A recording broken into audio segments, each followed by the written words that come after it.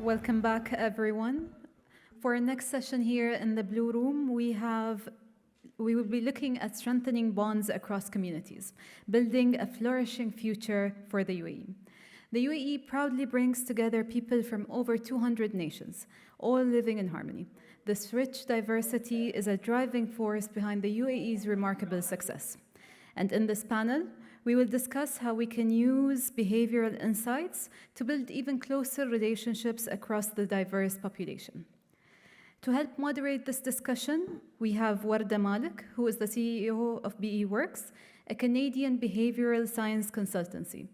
Wardah guides BEworks' global application of behavioral economics and financial services, energy, retail, and government sectors.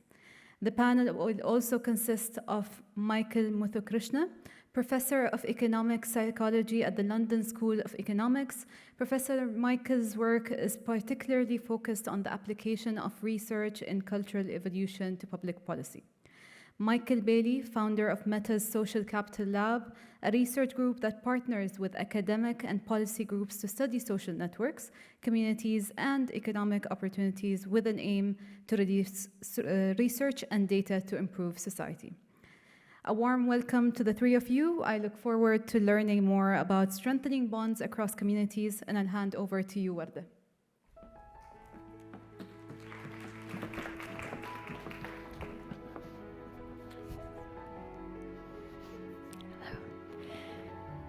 Hello, everyone. Thank you for joining us here today. I know it's one of the last sessions of the day, but very much appreciated to have your attention. It's sure to be a very exciting panel because we've got excellent guests here today. I'm joined by two Michaels. So Michael Bailey is going to go by Mike, and of course we have Michael here as well from LSE. So what makes this particular topic especially exciting for us here in the UAE is because it is the year of community this year. And a part of that mandate is to really strengthen family and community bonds and to preserve the cultural heritage, nurturing intergenerational ties, and creating inclusive spaces that foster collaboration. So we know this is really a key topic and central to the work that is happening within the UAE this year. So we're going to start off with Michael. Michael, you wrote The Theory of Everyone, Who We Are, How We Got Here, and Where We're Going. Can you share some of the highlights of your rich work on cultural evolution? Why is cooperation and community a key to what differentiates our species from the others? Yeah, of course. So, in 2005, Science Magazine lays out its top 25 questions for the coming quarter century. And how it is that humans can do this was one of those questions. So you might take this for granted that people from all over the world can sit in a room together and not hurt one another. But this is really unusual. Like if this was a room full of chimps, this would be a room full of dead and maimed chimps. So we cooperate at a scale that is unprecedented, and trying to understand how we got there, like how it is that we went from 12,000 years ago, bands of related individuals, to today, societies and nations of millions and even a billion, is a big puzzle. Now, we've identified the various mechanisms that have allowed for this, as well as the historical reasons that places like Europe were able to effectively destroy their tribes and create, the foundations for democracy. The question we now face today is how do we export that into the kind of multicultural, anonymous, large societies like Canada, the United States, the UAE. I could say a lot more about that, but I know we only have 30 minutes. Yeah, absolutely. And I know that the time is going to fly by. So, Mike, we have you here today. You've developed the Social Connectedness Index to measure the strength of bonds across different nations. Can you tell us a little bit more about that and your work at Meta? Yeah, so the Social Connectedness Index measures how connected different places are socially. So we actually have an interactive demonstration out there that wasn't working this morning, but hopefully it's working now. We can go out and click on different countries on the world and see how connected they are. Basically, our goal is to democratize Meta's data. So we're the world's biggest social network. There's 3 billion people using Meta products. And we want to help understand these questions about why do social networks matter? How do they matter for people getting jobs, finding opportunity, how do social networks change across communities? Like which communities have very strong social networks, strong social bonds, which ones do not? So we created the social connectedness index as an index of how strong are connections within communities, across the world. And we were shocked at what we found because there's places that are just very connected worldwide. You know, big cities around the world, but even there's like small local places that have huge connections worldwide, and often it's because they have a university there or because they have a lot of global trade. And we've written several research papers that find that social connections correlate with global trade, they correlate with they correlate with global trade, they correlate with people visiting, so tourism brings a lot of social connections. Places like parks, railway lines, transportation, so places where you have like highways or infrastructure create social connections. And so we've added a lot of data sets since then. We just released a migration data set. We have a social capital data set that I'm going to talk about in my talk tomorrow. So I think there's just a lot of interesting things you can learn by studying social connections across places. Yeah, absolutely. And it's fascinating. So I know intuitively we all understand why social connection community matters, but I really want to ask you both, can you sort of stress why it matters and what you've seen in your research to tell us that governments and policymakers should really care about making sure that there is social cohesion in their societies? Yeah, I'll jump in right away just because this is a lot of what I study is why does social connection matter? And a big crux of my research is why do diverse connections matter? Why do connections between the rich and the poor matter? And so what we found is that almost across every place we've studied, when a place connects rich and poor people, so rich and poor people interact more, they form friendships, they form bonds, that place has more social mobility. So the poor are better able to escape poverty, find jobs, go to university. So there's some magical formula that you get the rich and poor to interact, to socialize, to form connection, and the poor people are kind of lifted out and lifted up to more opportunity. Why is this? Well, it's where do you get your jobs? A lot of it come from friends, come from family, come from people you know. How do you get into university? Sometimes you need that person to aspire you to say, hey, you're a bright kid. You should apply to this university. Let me show you how. We see this a lot in our US research that there's a big barrier for the poor of not going to university is they don't know how. They don't know why. How do I apply? I'm not someone who would have the money. A lot of poor people think university is too expensive. My parents will never be able to afford this, not knowing that there's lots of aid-based programs. A lot of universities are free if your parents don't make a certain amount of money. They just lack that mentorship in their life. And so a lot of our recent study is looking at this worldwide. So around different countries around the world, what places create connections between the rich and the poor, and does that matter for social mobility? And we're kind of finding almost everywhere uniformly, yes, it matters for social mobility. Yeah, what Mike said echoes everything that we found as well. So my colleague Joe Henrik and I referred to our societies as collective brains. Because what happened with our species is that we kind of distributed the cognition. Like the way that we compute solutions is not actually in a particular person's head. It's ideas flowing around our social networks and recombining in particular people's heads. So that means that the more connected you are, the more possibilities are open to you, these arbitrage of intellectual possibilities. And there's lots of data to support this. So apart from more dense cities attracting more talent, there's little things like my colleague Ariana Bandiera, she has this lovely study where they gave cash in the form of a cow to small Indian villages. And it turned out the women who would use this to successfully start some kind of enterprise rather than just liquidate it as cash were those who were surrounded by other women, often who were higher SES, who were already doing this. So in other words, it's not that they didn't want to, it's just they wouldn't ever think about it, just as Mike said. And you see, similar kinds of things also on the negative side. So Raj Chetty, for example, has this work on, the use of tax loopholes. And it turns out it's not whether you could use the tax loophole that predicts whether you do, it's whether you're surrounded by other people who are doing the same thing, because nobody really knows if the IRS can get them or not. But if you know other people getting away with it, then you might use it too. Right. So just to summarize this, just to say that humans have our greatest achievements and our worst atrocities have always been collective acts. We are only a society insofar as we are cooperating with one another. That makes a lot of sense. And I think I want to pose a sort of similar thread to Mike, which is what are some of the potential consequences or weaknesses of too much diversity? I mean, you spoke about the tax loopholes and some of the negative things that can occur. We're seeing a rise of misinformation online, for instance. So, and there are certain communities that spread that, but posing it to you. Yeah, I think when you have too much diversity, so in social networks, we have this concept called homophily, which is you make friends with people like you. So think about your social network, the people you know. Often a lot of your friends and closest friends are going to be like you. You're probably going to share a language. You're probably going to be of the same ethnicity. You probably have a lot of interests together. Not saying that those you can't form a close friend with someone who's not like you, but just look at most of your friends. They're going to be people like you. That's homophily. It's been shown time and time again in our data, in several social studies. And so when you get a community that has lots of diversity, like the UAE, there's 200 nationalities represented by country here in the UAE, and if you look at the percent of people by what country they're born in, the UAE just has an incredible amount of diversity compared to any country in the world.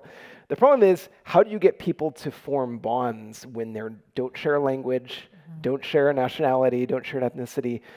It's challenging, and communities that have a very strong shared culture can create a lot of strong bonds, a sense of a sense of community together. They tend to have much better outcomes in terms of safety, crime, education. When there isn't that shared sense of identity, that shared notion of we're in this together, often things can break down. You get division, you can get just challenges of getting people to cooperate. You just have a hard time creating that sense of community in that place. So I think that's the challenge that policymakers have of when you have a very diverse set of people, is how do you bring them together? Yeah, I mean, one of the elephants in the room, especially in the Western world, but I think here too, is that diversity is a double-edged sword, right? We call this the paradox of diversity. Diversity is fuel for innovation for the reasons that we were describing earlier, but it's also by definition divisive, right? If we can't speak the same language, this would be a rather boring session, right? And so the policymaker's challenge is, how do you get a kind of optimal assimilation off the ground? So there are obviously going to be some things that are required for coordination and cooperation. One example is language, but another might be, in the UK where I live, we drive on the left-hand side of the road. If I brought that culture here and said, I'm sorry, this is how we do things, it just wouldn't work, right? It just wouldn't work in the UAE. So there's obviously things we have to assimilate on. And then there are going to be other things that don't matter quite as much. So, if you like sushi and I like schnitzel, we can coordinate. We can make this lunch thing work. But then there's all these subtle solutions around, respect for power, or arriving on time for meetings, or challenging authority, or even marriage outside your in-group. All of these kinds of factors that have to be negotiated and thought about very carefully. There are different solutions to this problem. In some cases you can have translators, so you effectively have people who are, so interdisciplinary work, for example. I'm trained as an engineer, but also as a psychologist, so I can speak to both worlds. You can have bridges in that way. There's a whole host of these that would take a session to deal with. But the problem, I guess, the central point here is that we have to grab the bull by both its horns and recognize that diversity is strength, but it's also very, very damaging. And unless we acknowledge that, we can never solve it. Absolutely. Can I just say something that I think your point about culture is really important. There's this famous social scientist, Bob Putnam. He's kind of the father of social capital research. And he wrote this book called The Upswing, talking about American culture, American society.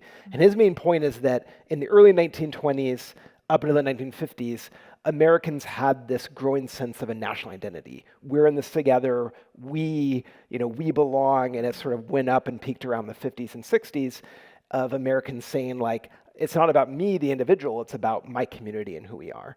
Then starting about the 1950s, it started to fall apart. People started to become more individualistic. They started to think more about the I, how am I gaining, and then you saw in America that there's just growing inequality. The rich got richer, the middle class stayed stagnant. People started caring more about themselves, their own family, and American culture, you could argue, is degraded into a very individualistic, consumeristic place. And that's his argument anyway. And so he believes American society needs to re-embrace the we, come together and build this collective notion of we are in this together. This is my community. I'm fighting for my own community.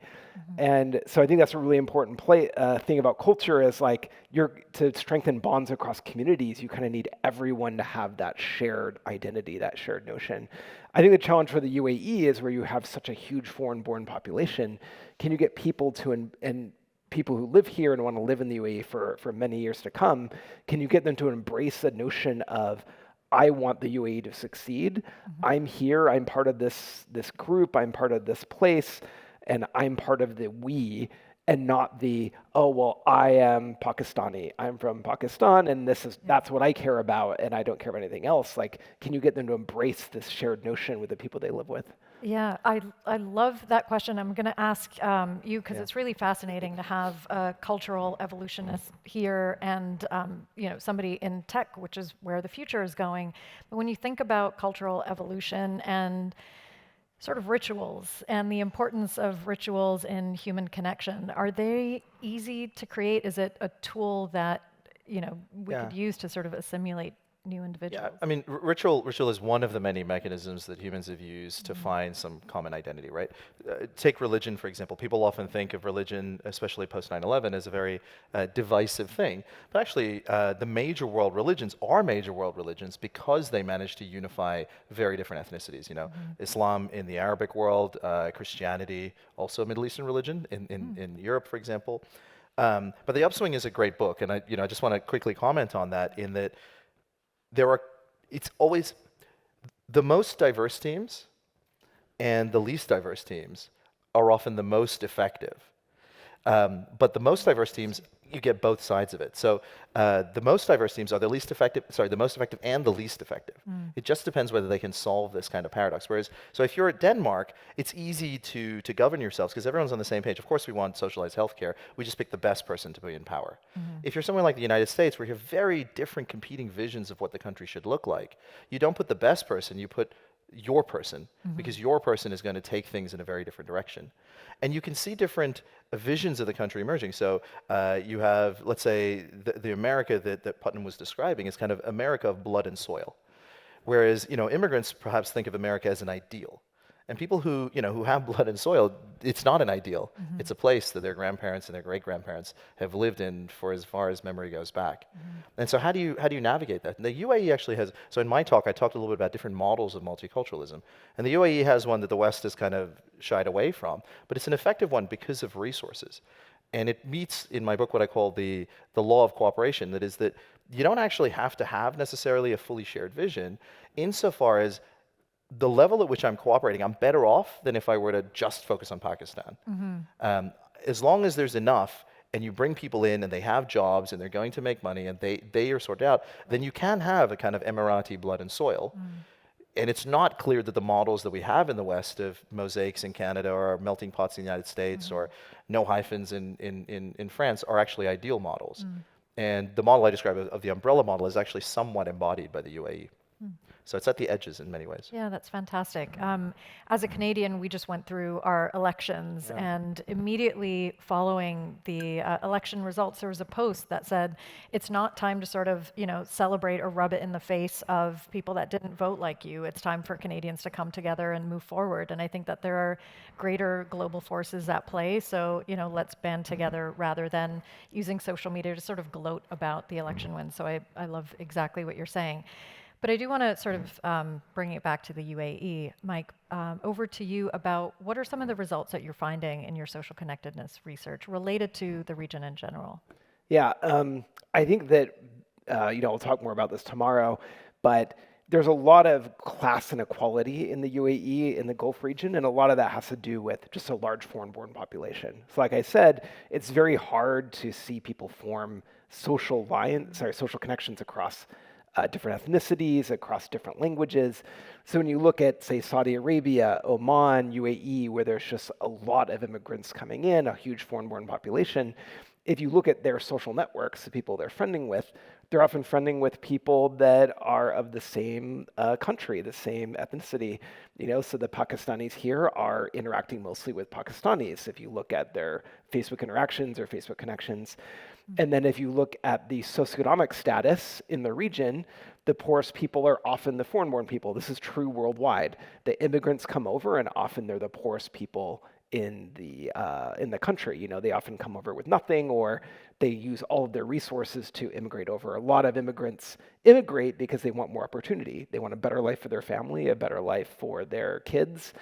But they come over and they're sort of the lowest status people of that population. Partly it's because they don't have resources, but partly it's because they don't have that shared cultural identity with their new place, right? They don't speak the language, or they don't speak it well, or they can't get a good job, and so they kind of struggle to get by. They often have to start businesses because they can't find a job in the local population. And so this is kind of what we see across the Gulf region, is that there's just a lot of cliques in the social networks here. You know, the Pakistanis are friends interacting with the Pakistanis, Indians are the Indians, the Emirati. But I think that's sort of true everywhere. It's not, you know, when I did this study first in the United States, this is what we found, is we found the places that were best at connecting the rich and poor were often homogenous small town neighborhoods. That's sort of where I came from. So I grew up in Utah, which is like a small state in the middle of the United States. And I grew up in a place of about 50,000 people in the mountains. And in our high school, everyone went to the same high school. There was one high school for the town. If you were the richest kid in the town or the poorest kid in the town, you go to that high school. And yes, the rich kids were more likely to befriend the other rich kids, but like we were in the same classes together. You know, we interacted. We were all white. There was no one who wasn't white. We were all Mormon. We were all the same religion. And so there weren't those barriers to forming class lines. Like if I met a rich kid in class and we bonded over basketball or something, we might become friends. Basically, society had set up a way for all of us to be in the same place together and to interact. So I think that's what we see, is that when the society creates that shared space for people to come together and interact, we still see homophily. We still see people friending amongst themselves, but you get those seeds of interaction that start to form, right? They start to, that one rich kid finds that connection with that one poor kid and they become friends. And then all of a sudden they're at the same party and they form another connection. It starts to grow. And then pretty soon, you see the curve flattening out of where the rich kids all of a sudden have a bunch of poor kids in their network. The poor kids have a bunch of rich kids in their network. And then 30 years later, what do you see? The poor kids are working with the rich kids. They're going to universities. Like all of a sudden, the poor kids are rich themselves, or they're middle of the distribution. These things take decades to multiply. And so I guess if the UAE says, hey, we want everyone in the country, no matter where they're born, where they came from, to have the same opportunity, then there needs to be shared spaces created where everyone can interact, everyone can friend, everyone can come together. It's very hard. It's a very tough problem. I've worked with many countries, many governments, many social designers, many nonprofits who are trying to solve this problem. And this is a very hard problem to solve. It's tough to get people to come together across class lines and to create those spaces where people want to come together and want to interact and mix. One more thing is, in the US, when we're looking at which spaces were the best at creating cross-class connections, it was churches. It was religious places. Because if you think about it, where is your heart most open to connecting with those around you? It's when you go to church together, right? Your mind is turned towards God and worshiping, and you start to think about beyond yourself and your family, connecting with the poor and others. And you sort of, it takes away the like, oh, this person's different, I shouldn't connect with them. The problem in the US is that churches are incredibly segregated. The poor go to church with the poor, the rich go to church with the rich. Go to like any state in the South, all the poor black people are Baptist and go to Baptist churches together, and all the rich white people are Methodists and go to Methodist churches together. That's an oversimplification, but you know, it kind of like tells you the problem you have is like you've created this great space for people to come together, but it's not great at mixing the rich and the poor. And so then you have another place, which is schools. Schools aren't as good at creating those connections, but they're a lot more integrated. And so what US policymakers have done over time is figuring out how do we better integrate our schools, because that creates connection. And so I think this highlights some of the challenges as a policymaker of how do you create a space where people want to come together across class lines, interact, and it's going to create connections between them. Yeah. That's excellent. I want to just leave the final word with Michael in terms of any thoughts on solutions, building off of what Mike said and Yeah. what we might be able to do about it. Yeah, I mean, first off, just to say that cross-group friendships are good for meritocracy. They're good for bridging the talent opportunity gap. But they're hard to do in a non-artificial way. So, we know things like compulsory military service have helped achieve that because everybody comes together. Churches where there is less segregation, so Islam or Catholicism, those kinds of religions do kind of bring people together in these spaces. Compulsory service type things where you don't get to segregate. Mormons going on mission, all those kinds of spaces. But I think because a lot of this is so locally contextual and culturally sensitive, the way to achieve it also has to be, and what we need to get into the heads of policymakers is just this idea that we want to create this space where people are at least at a minimum exposed to one another, and even greater exposed to one another in a way that they are collaborating in some manner. So even the situation where poorer households would be servants in the houses of wealthy individuals was a form of social connection and was actually good for trickling down cultural ideas about, in the presence of opportunities for those poorer people. But you can go further with, some of these institutions. So I don't know enough about the UAE to kind of design it for the UAE, but that's the principle behind it. Yeah, I think it's exciting because with the Year of Community, there are going to be a lot more community engagement and events. And there's a research study that I love, which is that when people think about talking to a stranger, they feel like it's going to be a horrible experience and they'll be rejected. And then when they actually do speak to somebody that they don't know, they enjoy it a lot more afterwards. And I think that, we kind of create some of these walls in our minds and necessarily there. So I know our time is up, but it was wonderful sharing the panel with you. So thank you. Thank you. Thank you to Yeah, everyone thank for you. joining us.